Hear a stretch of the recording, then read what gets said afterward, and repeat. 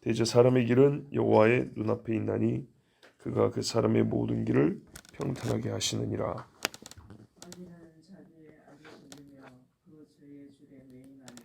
그는 훈계를 받지 아니함으로 말미암아 죽겠고 심히 미련함으로 말미암아 혼미하게 되느니라. 아멘.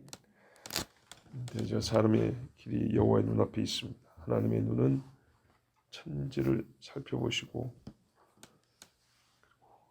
사람의 길 중에는 직업도 있고 전문 영역도 있고 하겠지만 그 길은 사람의 마음에서 결정되는 것이죠.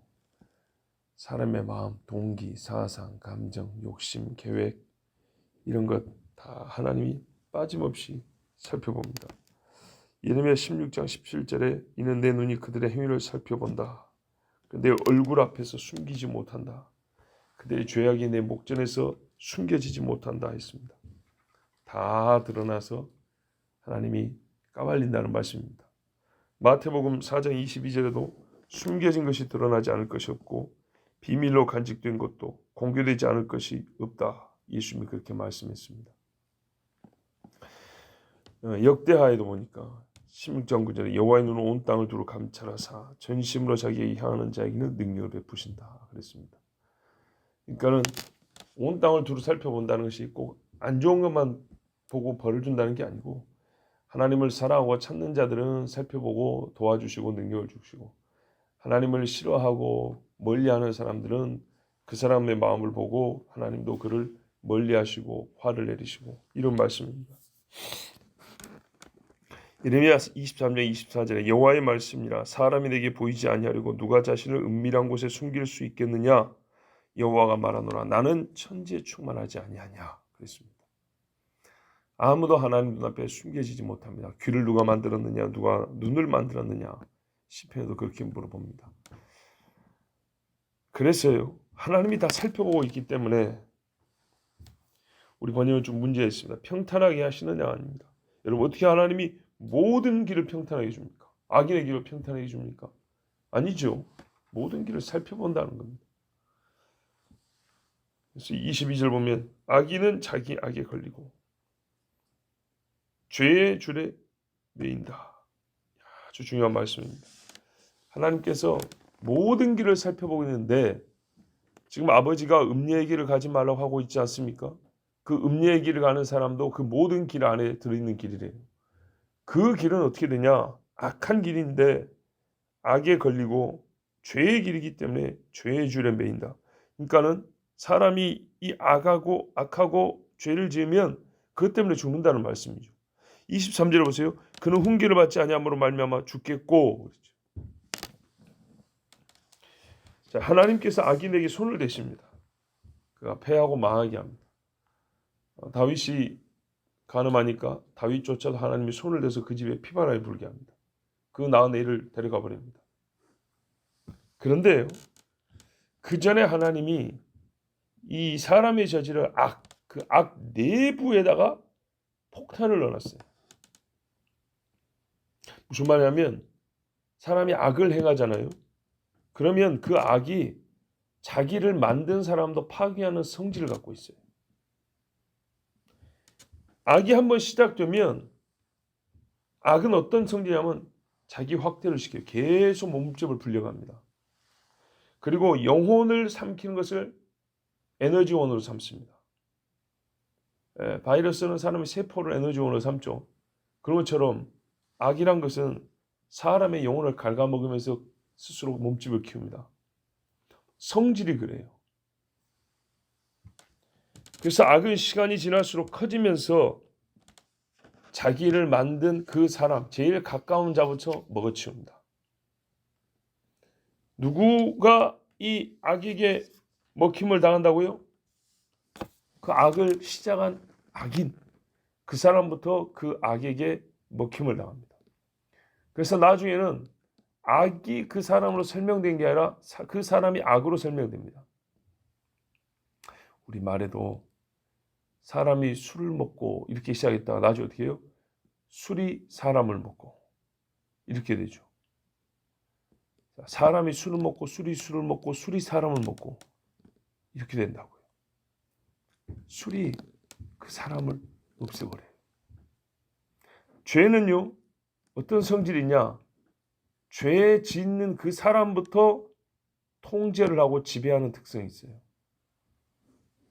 하나님께서 만물에게 부여한 본성이 있어요. 이런 보이는 물리적인 것들, 실제 그러니까는 컵, 나무, 흙, 짐승 이런 거 말고 사람이 행동하는 어떤 행동들, 속에서 나오는 내적인 이 사람 속에서 나오는 뿜어져 나오는 그런 생각들, 이런 것들도 각기 성질이 있어요. 그래서 선한 일을 하면 마음이 기쁘죠.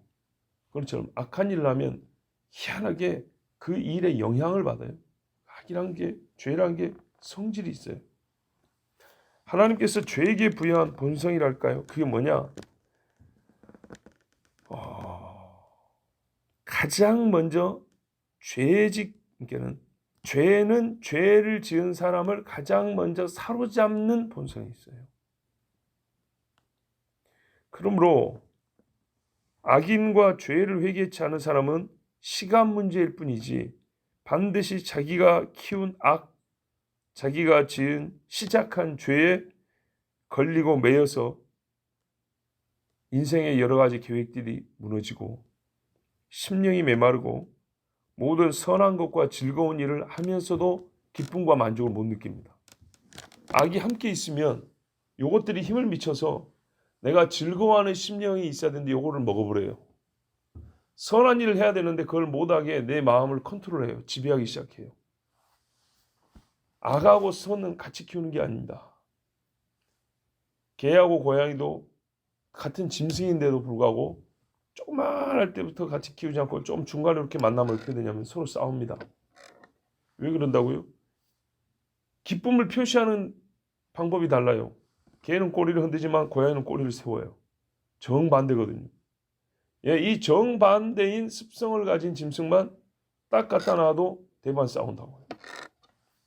그처럼 아니죠. 이거는 아주 약한 것이고 사람의 본성은 선한 것과 악한 것이 같이 있지 못해요.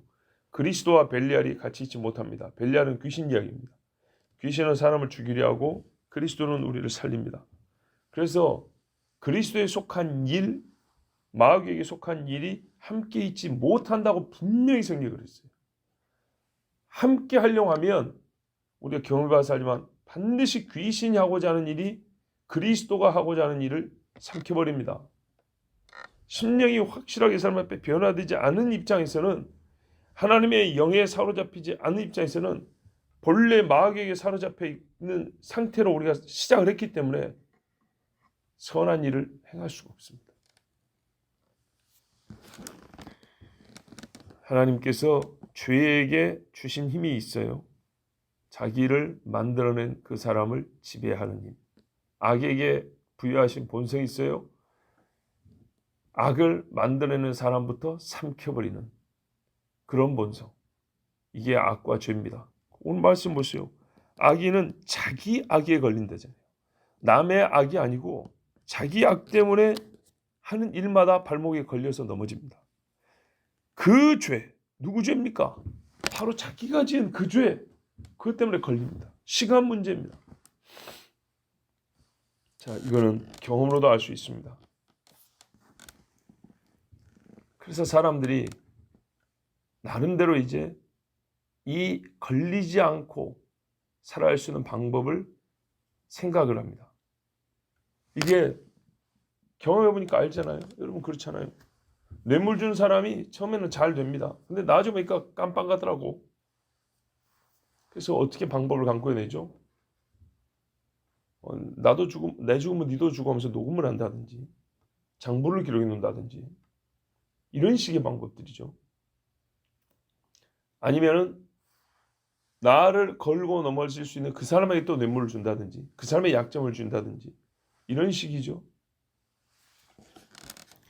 죄를 계속 지으면서도 또 어떤 경우는 치유하는 방법, 죄 때문에 상처가 많이 나거든요.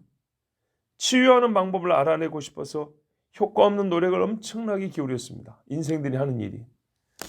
그 결과 내놓은 치유책, 안전책 이것들이 무엇인가 하면 여러 가지 있는데 그중에 제일 어리석은 게 뭐냐면 더 죄를 짓는 겁니다. 꼭 그런 식으로 와요. 아까도 봤어요. 이게 더 죄를 짓는 것이지 선을 행한 일은 아니잖아요. 더욱 죄를 지어서 안전책을 마련해 보겠다. 이 죄로 말미암아 걸리고 넘어진 이 상처를 고쳐보겠다. 이 근본적으로 이게 하나님이 없는 대책이기 때문에 죄에 더하여 한 걸음 더 멀리 나간 것이죠. 그러니까 죄입니다. 보세요. 죄를 짓고 자기 죄에 걸려 넘어지게 생겼는데 내가 어떻게 안 걸릴 수가 있을까 하고 생각하는 것들이에요. 하나님은 뭐라면 회개하라 그랬다고요. 안 걸릴 수 있을까 이렇게 궁리하지 말고 어떻게 하면 이 죄를 없앨 수 있을까? 죄를 짓지 않을 수 있을까? 이런 궁리를 하라고 했는데 그것이 아니라 죄를 지면서도 안 자빠질 수 있을까? 이런 궁리를 한다고. 이 궁리 자체가 하나님이 허락한 궁리가 아니라고. 전도서 7장에 하나님은 사람을 정직하게 지었는데 사람들은 많은 계획을 만들어냈습니다 그랬어요. 이건 잘못했다고 말하는 거예요. 꼭 이런 식의 생각들이기 때문에 이 자체가 죄입니다. 그런데 뭐라고요? 죄를 더 지어버리면 되지. 이게 최고의 치유책이라고요. 근데 보통 사람들이 그렇게 말 안 하던데요. 근데 본질을 가만히 살펴보면 그런 식이에요. 악에 악을 더하는 과정에서 스릴과 흥분이 있어서 고통을 느끼거나 괴로움의 시간을 쓸 여력이 없습니다. 그래서 치유책으로 죄를 더 짓고 악을 더 저지르는 그런 방법을 만들어냅니다. 끝날 때까지 밀어붙여버리는 겁니다. 가만 멈춰 있으면 사람이 느끼게 돼 있어요. 그래서 느끼지 못할 틈이 없을 정도로 죄를 이어가는 겁니다. 예를 들어볼게요. 여러분 중독이란 말 많이 하죠. 중독. 술 중독의 경우에 술을 재미로 마신 사람이 있고 괴로워서 마시기 하는 사람도 있어요. 그래서 한번 확 취합니다. 그 동안에는요. 괴로움을 잊어요. 생각할 능력을 뺏어버려요. 술이. 그리고 술이 주는 그 알딸딸함 때문에 괴로움을 생각할 틈이 없어요. 정신이 몽롱한 상태에서 하지 말아야 될 별의별 소리 다 알고 마음은 시원하죠. 그냥 여기저기 때려 부셔버리고 고함 지르고 행동들을 막 합니다. 그때는 자기가 술을 마시기 시작한 그 고통에서 잠시 벗어난 것 같습니다. 그리고 이제 눈을 떴어요. 어떻게 되죠? 책임질 일이 더 많이 생겨버렸어요. 남의 집 재산 부셔버린 거 그거 물어내야죠. 남의 사람 때린 거 물어내야죠. 술값 내야죠. 더 힘들어졌어요. 그럼 어떻게 합니까? 아이고 안 마셔야겠구나. 정신 차리고 살아야지. 이런가요? 아니죠.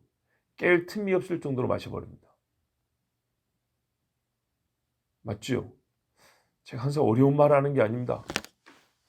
이 현실을 원리적으로 먼저 설명하니까 보통 다 무슨 말인가 이러시더라고. 그게 아니에요. 있는 그대로를 제가 그걸 종합해서 정리를 먼저 한 겁니다. 사람들이 죄를 지으면서 걸리는 일이 있고 악을 지으면서 본인이 힘든 일이 있으니까 어떻게 여기서 벗어나 볼까 할 때 더 악을 짓더라. 더 죄를 갖다 붙여버리더라. 이건 지금 말한 이 술 중독 같은 것을 바라보고 그 원리를 제가 정리를 한 말이에요. 한 걸음만 생각해 보면 다 할 수 있는 거예요. 하나님 말씀을 이렇게 주셨고 저 역시도 딱 그 선에서 여러분에게 설명을 드립니다. 하나 어렵지 않습니다. 자, 능력 밖에 해야 할 일이 나를 더 괴롭게 합니다. 안 그래도 돈이 없어 술을 마셨는데 나머지 차 부셔버린 거 몇 천만 원 어떻게 물어낼까요? 그 또 술을 마십니다. 술 마실 10,000원은 있거든요. 자, 그 술 마셨고 10,000원치 소주를 마시고 정신없는 소리를 해대고 아무데나 오줌 싸는 사람한테 착각 물어내라고 해봐야 무슨 소용이 있어요. 죽여버려 이러는데요. 칼 들고 나오는데요. 술과 술 사이를 아예 없애버립니다. 예? 마누라가 나갔어. 자식새끼들 날 버렸어. 내가 뭔 인생에 낙이 있겠어. 이러고 마시기 시작한 술. 깨면은 괴롭고 깨면 눈물 나니까 그냥 계속 마셔버립니다. 맑은 정신과 양심이 깨어서 일할 시간을 없애버립니다. 술뿐인가요? 음란에 빠진 사람들 보세요. 섹스와 섹스 사이에 빈틈이 없어요. 몸이 망가지고 기력이 다 쇠에 빠질 정도로까지 밤마다 그날 일당 버는 거를 여자한테 갖다 주고 그날 일당 버는 걸 또 술집에 갖다 주고 그런 사람이 얼마나 많은 거 봐보세요. 주변에서 여러분 이해가 되죠. 아니 그 돈을 어디다 쓸까? 무슨 좋은 데 쓴 결과물이 보이는 것도 아니에요. 몸은 맨날 피폐해지고 있어요. 예, 다 그런 데 쓰는 거예요. 게임에서 손을 못 대는 사람들 봐보세요. 어떠한가요? 애기 젖주는 시간과 그 시간 사이 아니죠. 게임과 게임 사이에 애기 젖주는 시간도 끼워 넣지 않아요. 그래서 굶어 죽은 애기들이 있어요. 뭔 말인지 아시겠죠? 도박판이 아니고서는 갈 곳이 없는 사람들. 집 나가면 다른 데를 못 가요. 거기 가야지. 고시생들도 부모가 시골에서 올려준 돈으로 경마한다고 과천이고 옛날에 성수동에도 있었던가 쫓아다니는 애들이 한둘이가 아니에요. 고향에서는 부모가 애가 열심히 공부한 줄 알죠. 세상에 그렇게 정신없는 짓을 하는 사람들도 있어요. 그들의 각 행위 사이에 어떤 건전하고 밝은 것들이 들어갈 틈이 있던가요? 없습니다. 밤하고 밤 사이에 낮이 있는 거예요. 표현을 하면. 그래야 사람이 제정신으로 돌아올 기회가 있어요. 네, 밤과 밤으로 살아가는 거예요. 밤에는 눈 뜨고 낮에 자버리고 어둠으로. 죄가요 깨어있을 틈을 주지 않습니다. 죄가 방어벽을 칩니다. 악이 뭔가가 들어오면 입을 크게벌고 다 삼켜버립니다. 뭐라고 말하냐? 이 사람은 악의 세계에 들어왔으니 너희는 상관하지 마라. 이제부터 내 거다. 이렇게 말합니다. 죄가 이 사람을 지배하면서 다른 이들에게는 간섭하지 마라. 내 거다. 이렇게 말합니다. 정말 거짓말이 아닙니다. 예수님이 요한복음 8장 34절에 죄를 짓는 자는 누구나 죄의 종이라고 그랬어요. 이 사람 내 거다 그런다고요. 얼마나 끔찍한 말인가요, 여러분? 살면서 청년 때 부푼 꿈을 갖고 살던 사람이 나이 들어가면서 그냥 이렇게 살다 죽는 거지 뭐 이렇게 목소리가 바뀌어요. 그렇게만 해도 참 슬프고 괴로운 이야기인데 원통하고 괴로운 일이 있어도 시원하게 소리 한 번 못 내고 가난하고 찍소리 한 번 못하고 기죽어 사는 그 인생도 불쌍한데 여러분 죄의 종으로 일생을 살다가 죽어요. 한 사람의 삶이 딱 한마디로 요약하니까 죄의 종된 삶이에요. 비석에 한 글자 쓰면 그거밖에 쓸 것이 없는 사람이에요. 얼마나 불쌍합니까? 또 여러분 원리적으로 볼 때 죄에 빠진 사람이 보세요. 죄에 빠진 사람이 무엇인가 손을 대면 더러워지지 깨끗해지지 않습니다. 그죠? 부정한 사람이 재물에다 손을 대면 더러워진다고요. 그런데 어떻게 죄에 빠진 사람이 자기를 깨끗하게 한다고 뭔가를 손을 대서 바꿀 수가 있겠습니까? 내 자신이 손을 댄 것마다 더러워지는데. 그래서 죄에 빠지고 악에 빠진 사람을 깨끗하게 하고 치유하는 손은 밖에서 와야 되는 거예요. 하나님의 손이 아니고서는 인간이 스스로 절대로 깨끗하고 밝아질 수가 없습니다. 예레미야가 말합니다. 만물보다 거짓되고 심히 부패한 것은 마음이라 누가 능히 이를 알려마는 나 여호와는 심장을 살피며 폐부를 시험하고 각각 그의 행위와 그의 행실대로 보응하느니 불의로 치부하는 자는 자고새가 낳지 아니한 알을 품은 같아서 그의 중년에 그것이 떠나겠고 마침내 어리석은 자가 되리라 그랬어요. 거짓과 부패로 가득한 게 사람의 마음이랍니다. 그런데 여기서 나온 무엇이 사람을 거짓 아닌 것으로 부패 아닌 것으로 이끌 수가 있겠습니까? 또 하나는요. 이 예레미야 말씀에서 굉장히 중요한 사실인데 시작은 네 마음이 부패하다 더럽다 이렇게 시작했어요. 그럼 끝에 가면 그래서 너는 죄인이다 이래야 되잖아요. 죄인이 아니란 게 아니라 또 다른 사실을 겸하여 가르치는데 뭐냐면 어리석은 자라고 그랬어요. 우리가 지혜서인 잠언을 보니까 이 어리석은 자가 예사 소리를 안 들리죠. 사람이 어떻게 되느냐? 부패하고 거짓말하는 사람은 지혜 없는 자라고 여겨진다는 말입니다. 어리석은 자가 누구냐 했더니 거짓말하는 사람. 어리석은 자가 누구냐? 마음이 썩어 있는 사람. IQ가 모자란 사람, 지식이 많이 부족한 사람이 아니래요. 마음속에서 더러운 것이 나온 사람이 최고 어리석답니다. 근데 잠언에도 보니까 읽으면 읽을수록 그 말씀이에요. 음녀의 길을 가는 사람, 네 욕정대로 사는 사람 어리석은 자라. 자, 이 사람의 마지막이 어떻게 되죠?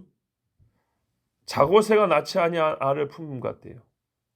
이 새가 어떠냐면 지 새끼인 줄 알고 품었는데 이게 부화되자마자 우리 엄마 아니냐고 가버린 거예요.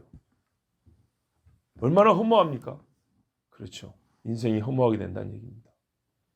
자기를 실제로는 이롭게 하지 못할 것으로 수고하고 죽는다는 겁니다. 그 극단이 뭐라고요? 죄의 종으로 살다 죽는 거예요. 근데 그걸 몰라요. 자기가 죄를 즐기는 줄 알지만 죄의 종으로 살다가 죽는 거예요. 죄 밖을 못 나가니까. 아까 보세요. 음란 중독. 나는 평생 성적 쾌감을 느끼며 살았어. 야, 나는 다른 사람보다 훨씬 더 많은 걸 재미를 봤어. 바보 같은 소리죠. 니는 그거밖에 못 느끼고 죽은 사람이야. 다른 즐거움이 없어요. 가족을 꾸리는 즐거움을 음란에 찌든 사람은 느낄 수가 없어요. 그 성적인 만족을 주기 위한 파트너는 가정을 이루고 싶은 사람이 아니에요. 그냥 말 그대로 즐기고 말 사람이지. 자, 여러분, 이 사람은 어떻게 됩니까? 이 어리석은 자는요, 23절입니다. 그는 훈계를 받지 아니함으로 죽겠고 심히 미련함으로, 보세요. 이게 바로 어리석음이죠. 미련함으로 말미암아 혼미하게 되느니라. 밝은 길을 한 번은 못 봐요. 눈이 거의 실명된 사람이에요. 사울 왕이 이 말씀에 정확히 부합하고 가룟 유다와 헤롯이 다 이 경고한 말씀이 실제로 나타난 증거입니다. 사울은 사무엘의 지혜를 거부해서 자기 칼에 배가 뚫려 죽었고 나중에는 목이 잘렸습니다. 가룟 유다는 예수님의 말씀을 3년 이상을 들어놓고도 실제로는 들은 게 없어. 그럼 목을 매서 죽었고 배 창자가 터져 나왔습니다. 헤롯은요, 세례 요한이 책망하는 말을 달갑지 않게가 아니라 오히려 달게 들었다 그랬어요. 그러나 귀에만 달았지 행동으로 그 어리석음에서 벗어나지 못했어요. 악과 악 사이에 세례 요한의 말이 끼어들지는 못했어요. 그 사람은 저주 가운데 죽었습니다. 여러분, 가만 보니 잠언은 구원받은 지혜 있는 자와 멸망으로 드러나는 어리석은 자의 인생 행로를 상세하게 적어놓은 책입니다. 다시 말하면 세상의 두 길을 걷는 사람으로 나누어진다고 가르쳐줍니다. 그리고 그 결과가 우리가 잘 모르지 않도록 분명히 볼 수 있도록 쉬운 예를 반복하여 수없이 우리에게 여러 가지 방법으로 들려줍니다. 직설적으로 들려주기도 하고 비유로 들려주기도 하고 예를 들어주기도 하고 다양한 사례를 또 엄중한 어조의 훈계로 가르쳐줍니다. 즉 세상에는 진리의 말씀을 주시는 아버지가 계시는 아들이 있고 또 거짓을 가르치며 망하는 길로 끌고 가는 아비를 둔 자들이 있습니다. 세상에는 아비 없는 자식은 없습니다. 진리를 가르쳐주는 아버지가 있는 자식이 있고 망하는 길로 끌고 가는 아비를 둔 자식이 있는 겁니다. 이 좁힐 수 없는 틈과 메울 수 없는 골이 있다고 잠언은 우리 가슴에 새겨질 때까지 반복해 가르쳐줍니다. 히브리서 12장 7절에서 11절에 너희가 참음은 징계를 받기 위함이라 하나님이 아들과 같이 너희를 대우하시나니 어찌 아버지가 징계하지 않는 아들이 있으리요. 징계는 다 받는 것이거늘 너희에게 없으면 사생자요 친아들이 아니니라. 또 우리 육신의 아버지가 우리를 징계하여 공경하였거든 하물며 모든 영의 아버지께 더욱 복종하며 살려 하지 않겠느냐. 징계해주는 아버지가 있는 자식이 있어요. 이 자식은 아버지의 징계를 듣고 아버지께 복종하려고 그렇게 살려고 해요. 이 아들은 지혜가 있어요. 그들은 잠시 자기의 뜻대로 우리를 징계하였거니와 오직 하나님은, 자, 하늘에 계신 아버지가 우리를 징계해 줄 때는 육신의 아버지의 징계만 하더라도 우리가 그거를 존경하고 살아가는데 우리의 유익을 위하여 그의 거룩하심에 참여하게 하시느니라. 이게 아버지의 징계입니다. 무릇 징계가 당시에는 즐거워 보이지 않고 슬퍼 보이나 후에 그로 말미암아 연단받은 자들은 의와 평강의 열매를 맺느니라. 아멘. 혼미함 가운데 죽지 않아요. 바로 요 징계하시는 아버지를 둔 자들이 있고,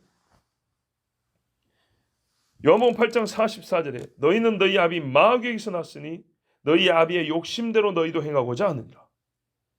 욕심을 가르쳐주는 아비가 있는 그런 아들이 있어요. 마귀의 그 악을 가르쳐줘요. 이 마귀는 악한 것만 가르쳐줍니다. 그는 처음부터 살인한 자요, 살인을 가르쳐줘요.